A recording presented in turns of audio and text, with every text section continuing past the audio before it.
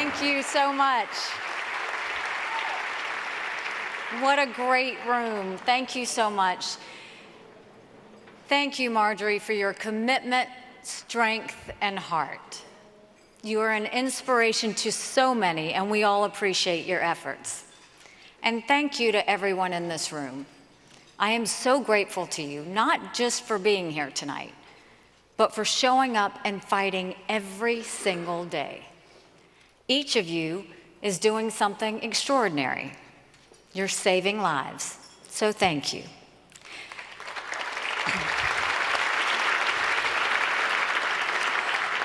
The pro-life movement is a noble cause. It's also a thankless cause. That's because the people you are fighting for aren't in a position to thank you. They are the voiceless ones. We are their voice. There's little recognition in this struggle and little glory. In fact, the opposite is typically true. Many, if not all of you, have endured more than your fair share of name-calling and abuse, especially in this town. There is an old Talmudic saying which has been repurposed countless times. It goes something like this: whoever destroys a single life has destroyed the whole world, and whoever saves a single life has saved the whole world. Think about the magnitude of that for a moment. Every new life has limitless potential. Each baby saved could grow up to be a doctor, a teacher, a first responder, even a public official. When you save one life, you set an entire universe in motion. That's what brings all of us together. That's what Susan B. Anthony List is all about. So I say without an ounce of exaggeration, you are doing God's work, making our world a better place.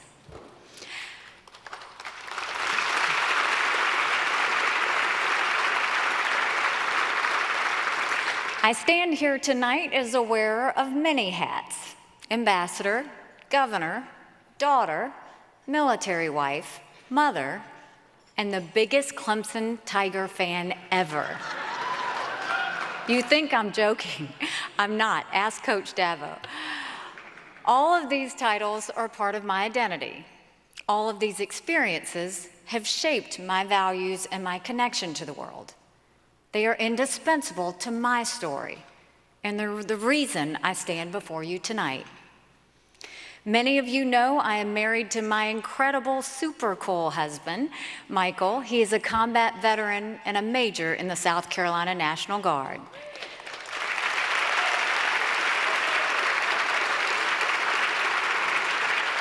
He is truly a saint, and being married to me, you know he has to be exceedingly understanding.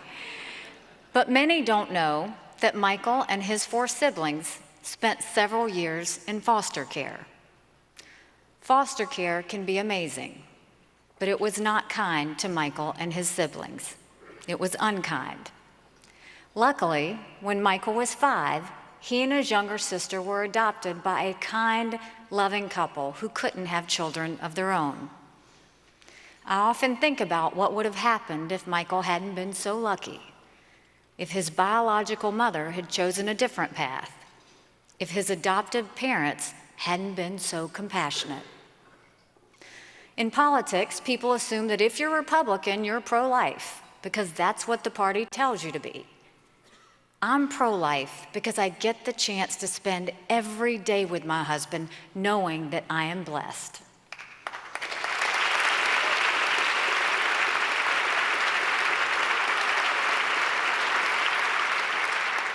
Many of you also might not know that Michael and I struggled to have a family of our own.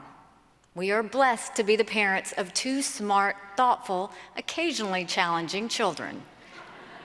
But that path was not an easy one for us. Like so many other couples and families, we struggled for many years, riding a roller coaster of false hopes and painful disappointment. Throughout the slog of doctor visits and invasive tests, I had days that tested my faith and my resolve. But when I held our daughter in my arms for the first time, I felt what countless parents feel, that nothing could be more perfect and right in the world.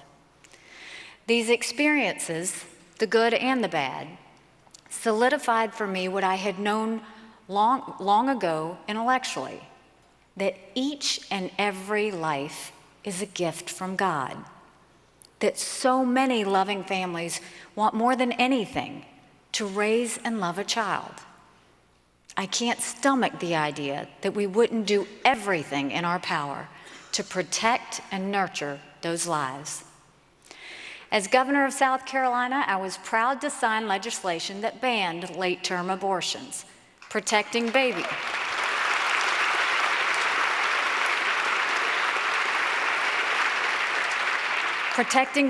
from the point in their development where they are capable of feeling pain. Many people praised this action, but many others criticized it. The most strident attacks came from my fellow women. You've heard it all before. Pro-life women are traitors to their gender. If we truly care about women's rights, we would support abortion rights. Women are expected to support choice, simply because we're women. That's just wrong. We all have to be true to ourselves and to others. Unfortunately, many on the left use the abortion debate to divide women and demand conformity. They do this in the name of feminism. But that is not real feminism. The idea that women must adhere to a particular set of values is one of the most anti-women ideas in today's culture.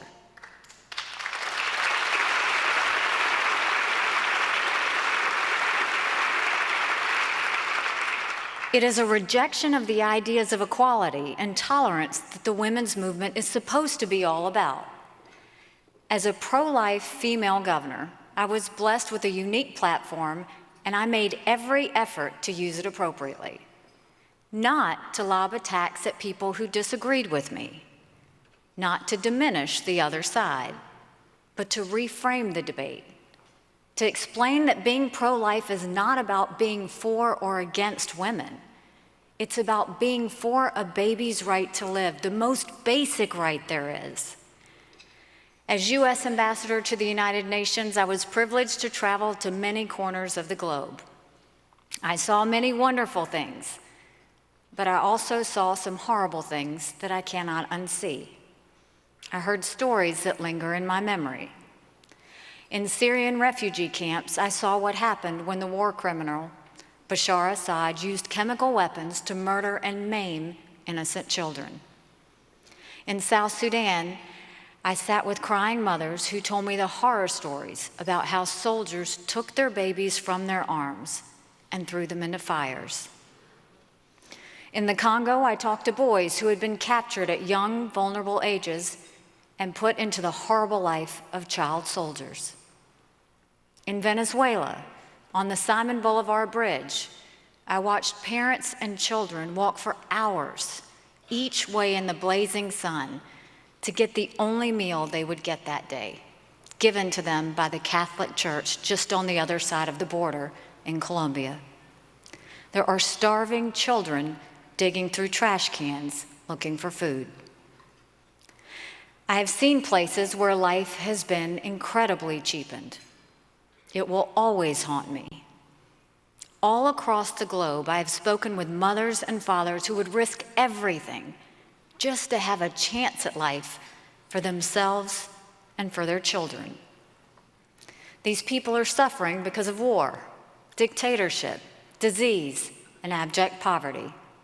They are a devastating reminder of the evil that exists in the world.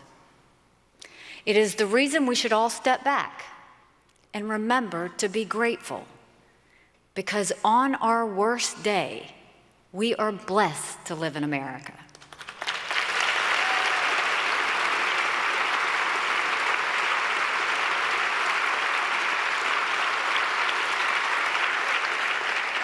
America is a place where life is valued and protected. And yet today, in this country, our leaders debate whether a baby born after a failed abortion has a right to live. Let that sink in for just a minute. It is something you might hear about in other parts of the world, or something out of a horror movie. Not here, not in America. In so many other aspects of human life, that's a priority for our country. Think of the lengths we go to defend the rights of the accused in our criminal justice system, so people don't unjustly have their freedom taken away. Think of the lengths our military goes to prevent civilian casualties in war, often risking our own soldiers' lives to do it. Think of the resources our medical system expends to prolong the life of the terminally ill. Respect for human life is who we are as Americans. It is right there in the Declaration of Independence. You can't have liberty and the pursuit of happiness without the right to life.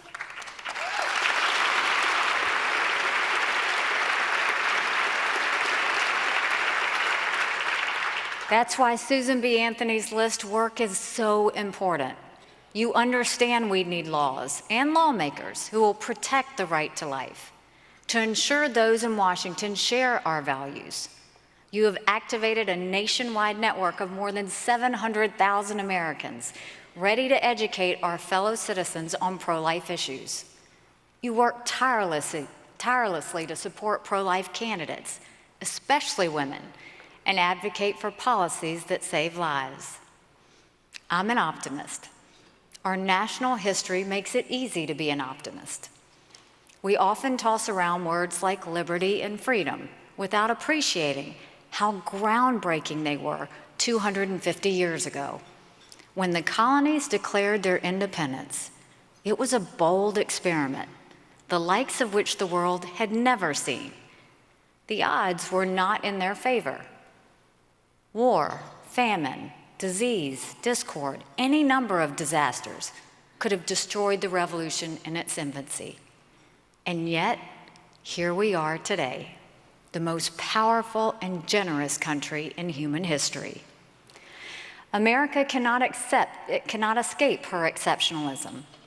The values that give birth to our nation and live in all of us, they live in the spirit of this country, and they cannot be snuffed out. In her last speech before her death in 1906, Susan B. Anthony declared, quote, "Failure is not an option." She was right then, and she's right today. We Americans have a wonderful way of living up to our destiny. The citizens of this country are good-hearted, generous, and brave. For all of our problems and all of our sins, we are blessed to live in the greatest country in the world. Even when we falter, we rise up. Even when we veer, we find our way. Take heart and remember, no matter the struggle, no matter the lows, life will prevail. Some people are afraid to talk about the pro-life cause because it's too personal, too uncomfortable. Well, of course it's personal. What can be more personal than the right to live? If we want to make a difference in the world, we have to embrace the personal and the uncomfortable. Even though I'm a private citizen now, I know I'm too young to stop fighting. I'm loud and proud and will always fight for the things I believe in. Like Margaret Thatcher said, if you want something said, ask a man. If you want something done, ask a woman.